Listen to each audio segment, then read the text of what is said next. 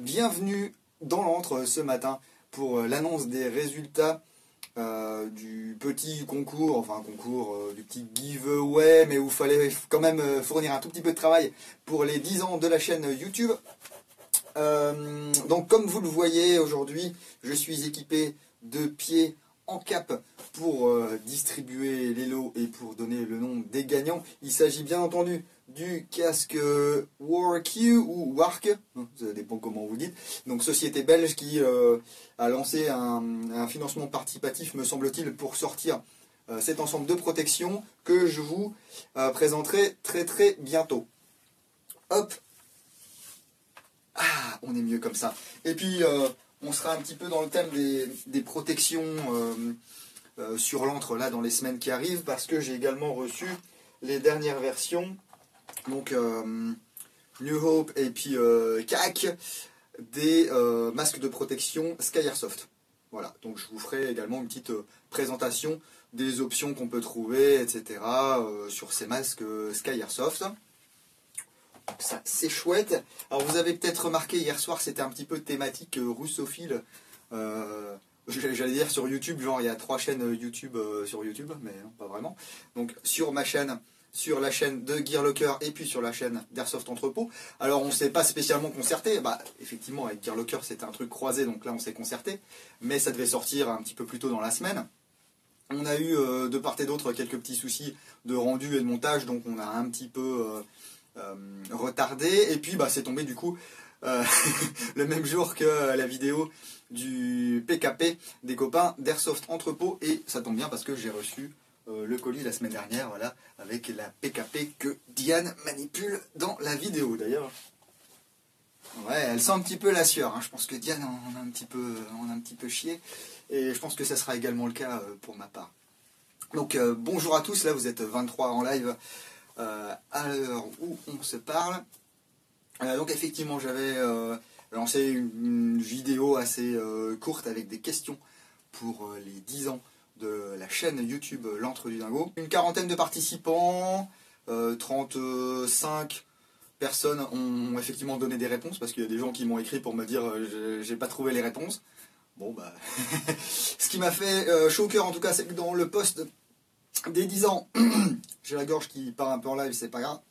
Dans le post des 10 ans, vous avez été nombreux à m'encourager, donc ça fait plaisir. Et puis, la plupart d'entre vous, lorsque vous avez envoyé votre petit mail avec les réponses, alors effectivement, vous n'étiez vraiment pas sûr de vos réponses, parce qu'on ne pouvait pas les trouver, hein, les réponses. C'était vraiment deviné par rapport au nombre de plans, au nombre de séquences, et puis à la durée de la vidéo, etc. Et puis un petit peu par vos connaissances ou quoi de la vidéo, et bien toutes ces réponses. Du coup, j'ai pris tous vos résultats que j'ai mis dans un tableau Excel.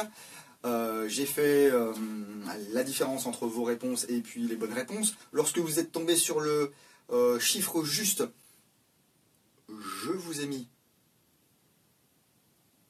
un bonus. Ah oui, parce que quand on s'approche d'une réponse, c'est bien, mais quand on a la bonne réponse, encore mieux. Donc vous avez eu un petit bonus si vous aviez une bonne réponse. Au final, ça donnait un total de points. Et donc le moins de points, c'est-à-dire le plus proche des bonnes réponses, eh bien j'ai déterminé les gagnants comme ça. J'ai pas eu besoin de tirer au sort. 2, 3, 4 étaient assez serrés. Voilà. Le premier a bien gazé. Et puis au-delà de 4, il y avait quasiment une différence de 100 points entre le 4e et le 5e. Donc voilà, tout était joué. Est-ce que j'ai fait une partie avec le Velites G? Non, il fuit. Voilà, il fuyait pas. Alors pendant l'unboxing, pendant la review et tout, il n'a pas fui. Enfin, j'ai juste eu le tube de crosse à resserrer. Et je vais le prendre la semaine dernière justement, et il fuit comme un panier à l'intérieur, donc il va falloir que je redémonte, que je change certainement des joints. On a Neo 035 dans la place. L'instant Neo 035, je vous le fais en live, hein. J'aime quand ça gaze. Citation de Himmler. Voilà, c'est comme ça qu'on ferme une page Facebook en 2018. Donc, je ne vais pas aller par 4 chemins, je vais annoncer effectivement les gagnants, en commençant par le numéro 3, donc qui a gagné. Où est donc le loup? Le Fabarm STF12 version Spring et version courte, BO Manufacture, donc offert par BO Manufacture et moi-même. Mais bon, en même temps, ils me l'ont donné pour que je vous le donne. Donc si je l'avais gardé ou revendu, Bon, c'est pas très honnête. Je voulais, j'ai dit, allez, s'il vous plaît, donne-moi argent pour le bébé et tout. Ils m'ont dit, non, tu donnes, ou sinon, on vient et on te fait des choses. Voilà. Donc, le gagnant de cette réplique, c'est Émeric Riandet. Voilà, donc Émeric, bravo, tu as gagné cette réplique. Alors les gagnants, il faudra que vous me contactiez soit en utilisant l'adresse mail qu'il y avait dans la vidéo YouTube, donc c'est dingchavez90 plus concours@gmail.com, il me semble. Enfin sinon vous checkez la vidéo, ou sinon vous checkez vos archives de mail, ou alors par MP, ici sur la page Facebook l'Antre du Dingo. Vous me faites un petit snap là de votre carte d'identité, qu'on s'assure que vous êtes bien majeur, et puis votre adresse, et je vous envoie tout ça la semaine prochaine. Ensuite, le lot numéro 2, qui était un Red Dot Reflex de chez UTG, avec sa pile, hein. Alors je checkerai que la pile est encore bonne avant de vous l'envoyer, parce que bah, ça s'use les piles. C'est donc Bart N74. Voilà, B-A-R-T-H-N, alors peut-être Barthélemy Nicolas ou quelque chose comme ça, j'ai pas trop suivi. Donc il gagne ce Red Dot Reflex de chez UTG. Et puis le premier lot, donc, qui est offert par... Alors oui, le Red Dot, il faut que je dise les marques parce que sinon je vais me faire engueuler. Le Red Dot UTG est offert par Sport Attitude, voilà. Et je rappelle que c'est pas celui que j'ai jeté partout, etc. Celui-là est neuf, hein, il sort de sa boîte. Donc la M4, voilà, offerte par AD1. Mais AD1 doit plus s'en rappeler parce que ça fait plus d'1 an et demi que j'ai cette réplique chez moi. Et qu'entre temps, toutes les équipes ont changé. C'est Wolf Darkos, donc Johan Ledé. Bravo à toi Johan, bravo Wolf Darkos, tu gagnes cette réplique de M4 Key Mode peinture custom, voilà, de chez Cybergun. Donc c'est une base, je pense, de Deepoise ou Sima, mais bon, voilà, c'était pas trop mal. Voilà, dans mes souvenirs à la review et tout, franchement ça va, il y a pire. Voilà, il y a pire. Donc merci à vous d'avoir participé, bien sûr. Alors il y a beaucoup de commentaires, je vous avoue que je ne lis pas les commentaires, je peux pas faire plein de trucs en même temps. Je vais quand même vous donner les réponses. Donc la première question était: combien d'heures m'a-t-il fallu pour tourner ce petit court-métrage, cette petite intro?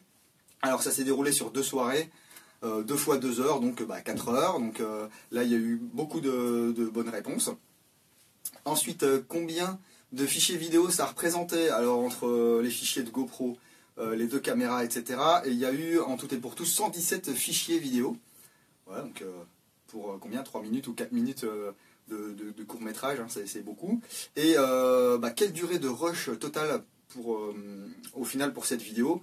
Ces 117 fichiers représentaient 37 minutes et 22 secondes de rush. Mais bon, l'important c'est que vous ayez participé avec plaisir pour ceux qui l'ont fait. Pour ceux qui ne l'ont pas fait pour X raisons, tant pis, hein, après tout, on ne peut pas toujours être intéressé par les lots qui sont proposés. Et puis bon, comme ça, moi j'ai l'impression de donner des trucs à des gens qui se sont un peu sortis les doigts. On en parlait hier justement avec un des abonnés, enfin qui est peut-être plus abonné aujourd'hui, mais effectivement, enfin j'aime pas trop donner rien, donner des trucs juste pour un like et puis un partage. Enfin je suis pas là pour faire du like et du partage.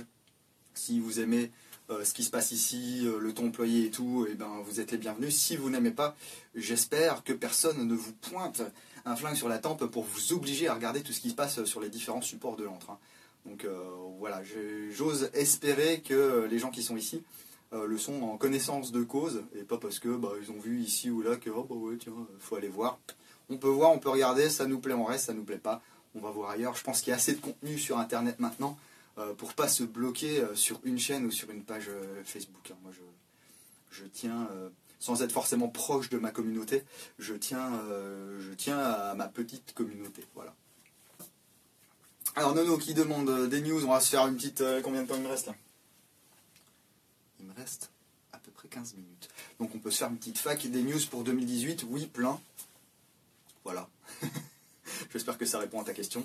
Déjà tout ce qu'il y a derrière moi. Ah oui, tiens, je vous ai pas montré ça aussi. Alors là, c'est pareil, je sais que ça va râler. Parce que vous êtes jamais content. Je le sais, vous êtes jamais content. J'ai reçu ceci. Voilà, donc les Rudis Attanon Verba 2 et 10, donc en version gris et en version noire. Bah oui, mais moi je voulais voir le bronze. Et le bronze, je l'ai pas, les gars. Voilà, moi j'aimais bien le gris. Ensuite on m'a prêté le noir. Comme ça je peux vous montrer deux modèles. Le bronze, il faudra aller en boutique pour le voir. Bang bang, voilà, ce sont des répliques sympas, hein, toujours base Kajiworks.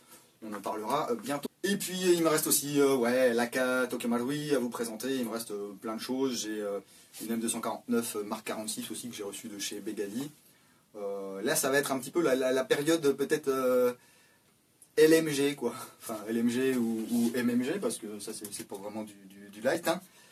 Et puis il y aura la période aussi protection oculaire. Je vais essayer de pas vous mettre genre une semaine que les protections oculaires et une semaine que les machine guns. J'ai aussi du PA, il va y avoir aussi des nouveautés pardon, Tokyo Marui, le M45, le MEP9 Ported, maybe, one day. Et puis voilà. C'est le casque Warku. Bah tu regarderas le début du live. Voilà, ça te fera les pieds. Voilà. Donc ouais, effectivement, ce casque Warku que j'ai reçu avec tous les accessoires. Donc on aura le temps de regarder un petit peu pourquoi ça vaut 250 balles. Voilà. MK46, tu peux en dire plus Oui, plus. Bah, c'est une MK46 quoi, c'est une M249 avec un gros rail à l'avant, une espèce de crosse de M4 montée sur un tube, et puis voilà, c'est le modèle AEK, hein, donc vous connaissez ça, hein, ceux qui ont des batteuses chez eux, souvent AEK, c'est, je dirais pas que c'est la base, mais bon, ils font quand même pas mal de trucs quoi. Donc ouais, comme dit Damien, ça promet d'être bien beau, en tout cas ça promet d'être bien intéressant.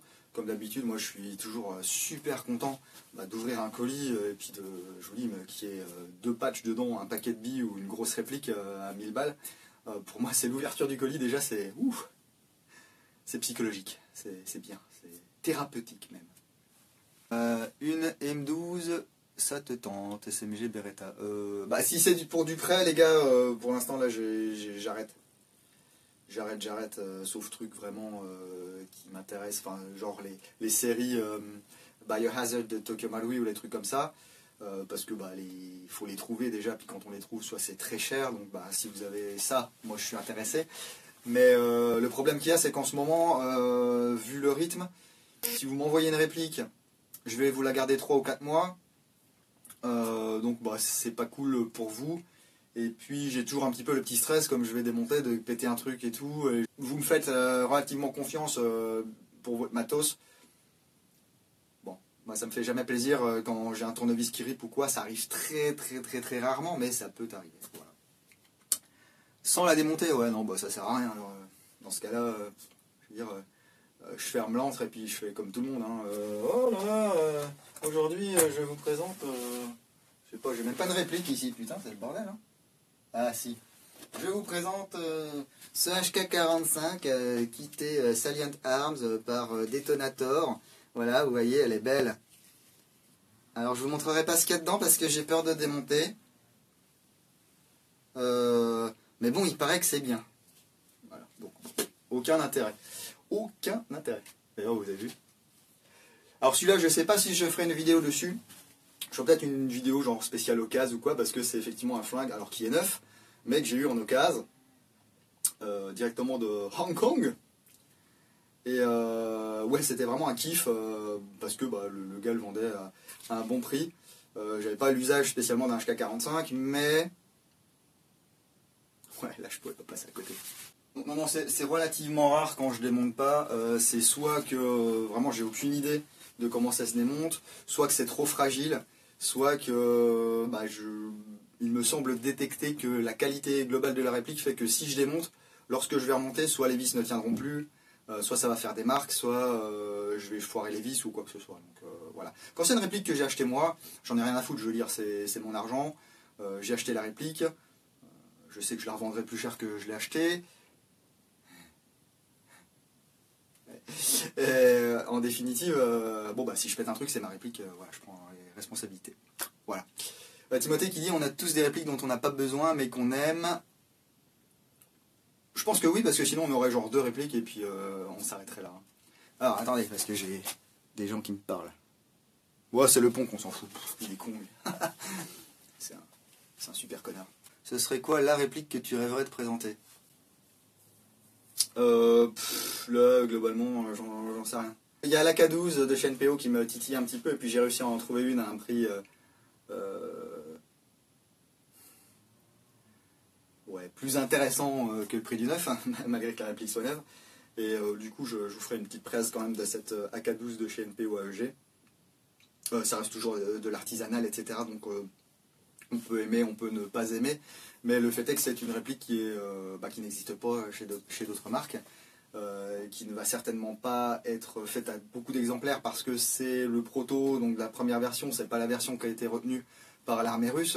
Donc l'intérêt d'avoir cette réplique est surtout un intérêt de collection parce qu'au niveau tenue et tout, bon, il y a quelques unités des forces spéciales qui ont reçu cette réplique, enfin cette arme du coup, mais c'est assez anecdotique comme truc. Hein. Merci à Gearlocker du prêt du Vintorez. Oui, bon après, il l'aurait pas prêté, hein. Je veux dire, je ne dépends pas de Gearlocker pour ma chaîne. Hein. Tu penses quoi du MTW de Wolverine? C'est du HPA, je n'ai pas de matos HPA, donc je n'en pense rien. Voilà. Alors, les répliques NPO sont-elles aussi performantes que leur prix? Non, ça n'a rien à voir. Hein. Elles sont chères. Alors, elles sont chères déjà, tout est relatif. Ouais, elles sont chères déjà en Russie parce que c'est dans les 450 €, on va dire, 450-500 €. Parce que c'est de l'artisanal, c'est fait à la main, c'est en petite série, en petite production. Donc effectivement, on ne peut pas sortir le même prix qu'une marque qui va vous faire ça de manière industrielle et qui va en sortir 25 ou 30 000. Hein. Ensuite, le fait, voilà, parce qu'on m'a dit, ouais, c'est du vol, 950 balles en France et tout. C'est du vol, je sais pas. Il y a tout le process d'import qui n'est pas facile. Et il y a des camarades peut-être qui regardent là en live, qui savent et qui ont connu le parcours du combattant pour pouvoir importer du NPO directement de Russie. Ensuite, donc faut payer les frais, faut payer les frais de dédouanement, parce que quand vous êtes un pro, vous passez pas à côté, hein, et puis quand vous êtes un particulier, vous n'êtes pas censé passer à côté non plus. Plus après, tous les frais inhérents à vos installations, si vous avez des installations, hein, donc location du local, les charges, si vous êtes micro-entrepreneur et tout, les recharges, la TVA que vous ajoutez ensuite pour votre client, hein, donc c'est 20% l'airsoft, hein, c'est produit de luxe, hein, c'est pas la TVA à 5% ou que sais-je. Donc au final, on arrive à des prix aux alentours de 900 balles, une fois que la boutique en France ou l'importateur français a quand même pris sa marge, parce que sur une réplique à 1000 balles, je pense qu'il se prend quand même 100 balles, quoi, donc 100 ou 150 balles, ce qui n'est pas énorme au regard du prix total de la réplique. Donc voilà, le prix des répliques, le prix de l'airsoft en France est ce qu'il est, quoi. Après, on achète tous des fringues, renseignez-vous un petit peu sur les coefs des fringues quand vous allez dans un magasin et qui font des soldes à 70%, à moins 70%, et ils gagnent encore du pognon, hein, sur un jean. Le prix d'un Levi's en France, vous avez payé 120 balles. Aux États-Unis déjà ça coûte 30-35 $, et puis sur les 30-35 $, ils arrivent à faire une très bonne marge. Donc voilà, l'airsoft, c'est pas non plus... vous me dites, mais moi je connais pas de patron de boutique d'airsoft qui roule en Porsche, quoi. Ou alors, il l'avait déjà avant, quoi. Il l'a pas eu grâce à ça. Ou alors il s'est fait racheter par Cybergun, et puis maintenant il a un gros chèque. Voilà. C'est clair que c'est cher pour une réplique sans perf. Après, moi j'ai pas dit qu'il n'y avait pas de perf, hein. Les perfs de SVSS étaient très très bonnes, hein, pour dire qu'ils sortaient, je sais plus combien, 320 FPS. Tu pouvais toucher une cible à 45 mètres sans souci, hein, donc voilà. Après, c'est monté à la main par des gens qui sont peut-être pas forcément motivés tous les jours, ou qui doivent aller vite, ou que sais-je. Donc il y a un décalage entre le block up et puis le support du block up d'un centimètre.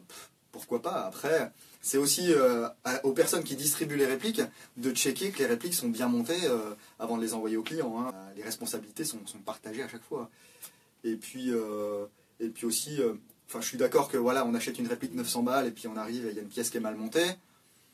Soit, mais la plupart des airsofters maintenant, la première chose qu'ils font, ils en ont rien à battre de ce que ça sort en sortie de boîte, hein, si les perfs sont bonnes ou pas. Ils ont déjà acheté la réplique, les pièces d'upgrade qu'ils ont lues sur tel ou tel forum qu'on leur a conseillé, et puis après ils viennent poster, j'ai monté ces pièces et ça marche pas. Bah oui, est-ce que tu as essayé avec les pièces d'origine? Non. Bon, voilà. Plus de répliques plus bas de gamme comme les AK-Sima que tu as reçues. Ouais, c'est vrai qu'on m'a déjà fait la réflexion, ouais, tu présentes des répliques qui sont toujours entre 3 et 700 balles. Ou même 4 et 700 balles. oui, parce que ce sont des répliques souvent des jolies répliques. Après, du plus bas de gamme, ouais, mais si on m'en propose, tu vois ce que je veux dire, je vais pas moi faire la démarche d'acheter une M4 King Arms à 120 € juste pour vous la présenter. S'il y a un distributeur ou quoi qui veut m'aider sur ce coup-là, moi il n'y a aucun souci parce que j'aimerais bien justement voir pour 120 balles ou 150 balles qu'est-ce qu'on va avoir comme gearbox, comme mécanique et tout, est-ce que ça va tenir le coup. Je vous avoue que quand c'est moi qui achète une réplique ou quoi que ce soit, j'aime bien les belles répliques, donc effectivement j'aime bien acheter des trucs qui sont tout de suite un petit peu moyens ou plus haut de gamme, quoi. Alors les AK Sima que tu as reçus, alors j'ai pas reçu des AK Sima, j'ai acheté une AK Sima, donc celles qui sont développées en partenariat avec c'est Taiwan Gun, je crois, ou Gunfire, je sais plus. Ouais, non, je crois que c'est Taiwan Gun. Donc avec les pièces Magpul, mine de rien on est déjà à 200 balles sur une réplique comme ça, donc effectivement c'est pas cher, 200 balles c'est 200 balles quoi, mais ouais, c'est 200 balles quoi, c'est pas le Sima à 90 ou 100 € qu'on peut trouver sur certains sites, voilà, en full plastique et tout, hein. Là vous avez du métal, vous avez un peu d'acier, vous avez des belles pièces moulées en polymère, donc effectivement 200 € pour ça, et puis pour la robustesse que ça peut avoir. Après, même si ça reste un peu la roulette russe, hein, effectivement, dans une vidéo je vous disais j'ai jamais rien pété sur une gearbox Sima, pourtant j'ai plein de répliques, même des VFC où il y a des gearbox Sima dedans, j'ai jamais eu de casse, suffit d'une fois, hein. Je veux dire, ça reste de la mécanique, ça reste des procédés industriels. Vous allez acheter votre AK Sima, vous allez tirer un chargeur, ça va être vrillé là-dedans parce qu'ils avaient calé ça avec les pieds, et puis tout de suite on va dire Sima c'est de la merde. Donc effectivement, tout est une question aussi de ressenti par rapport aux marques et par rapport aux répliques qu'on achète, hein. Donc c'est pas parce que moi je vais vous dire qu'un truc est bien parce que j'ai pas eu de soucis avec, que vous allez l'acheter et que vous aurez jamais de soucis avec, hein. Ça il faut en être persuadé, il faut en être super conscient en fait, hein. Que c'est pareil sur vos bagnoles, c'est pareil sur un peu tout, hein, sur une GoPro ou que sais-je. On peut acheter une GoPro à 500 balles et puis on la sort de la boîte, elle fonctionne pas, hein. Alors attendez, ouais, il y a une question intéressante. Aurais-tu des news secrètes sur un AK-74 EBBR Gen 2? J'ai pas de news secrète, hein, mais il me semble qu'au dernier Tokyo Marui Show ou je sais pas quoi, là, ils ont bien présenté une version 2018 de l'AK-74M. Donc pourquoi ne pas reprendre les fonctions qui sont sur la nouvelle AK et puis les remettre dans les AK-74? Why not? Mais bon, après, Tokyo Marui c'est comme les autres, hein, parfois ils font des annonces. Et puis vous avez vu avec l'USP on l'a attendu 3 ou 4 ans. Il faut être patient en fait. Voilà. Toi qui es un russophile, que penses-tu de la tenue de IPAC? À part le casque, moi ça me va. Après c'est un peu trop neuf, quoi. Il aurait pu se rouler dans la boue et tout. Écoutez, il est parti d'une photo d'inspi. Il a demandé à des gens dont c'est la passion pour essayer de retrouver la kit list et tout. Oui, c'est voilà, une Gorka en partisan. Why not quoi. Bon, le slip, je suis pas fan. Parce que, bon. Et je pense que Vlad serait pas fan de ce slip. Avoir la tête si près du parti. C'était drôle ça. Donc, il est midi, je vais vous laisser aller manger. Encore bravo à Emeric, à Bart N74 et puis à Johan Ledé, donc Wolf Darkos. Contactez-moi soit via mail, donc sur la même adresse que le concours, soit ici même sur la page L'Antre du Dingo, et puis je vous enverrai ça as soon as possible, comme on dit pas en anglais. En attendant, je vous souhaite une bonne partie aujourd'hui ou demain si vous jouez ce week-end. Soyez prudents, je vous dis à bientôt. Il va y avoir donc le replay ici qui va être dispo dès que le direct sera terminé. Je mettrai également cette vidéo sur YouTube pour les copains qui ne sont pas sur Facebook. Il y en a, hein. Et puis demain, normalement, si tout se passe bien, je vous sors la review complète du VSS Vintores de chez MPO. Je vous avoue que je retrouve pas tous mes fichiers des tests de tir, et comme j'ai eu la réplique que genre 3-4 jours, C'était un peu compliqué, surtout que c'était l'hiver. Comme moi, quand je rentrais, il faisait nuit, donc faire des tirs quand il fait nuit, c'est un peu compliqué. Bis bis, à bientôt, et puis prenez soin de vous. Salut!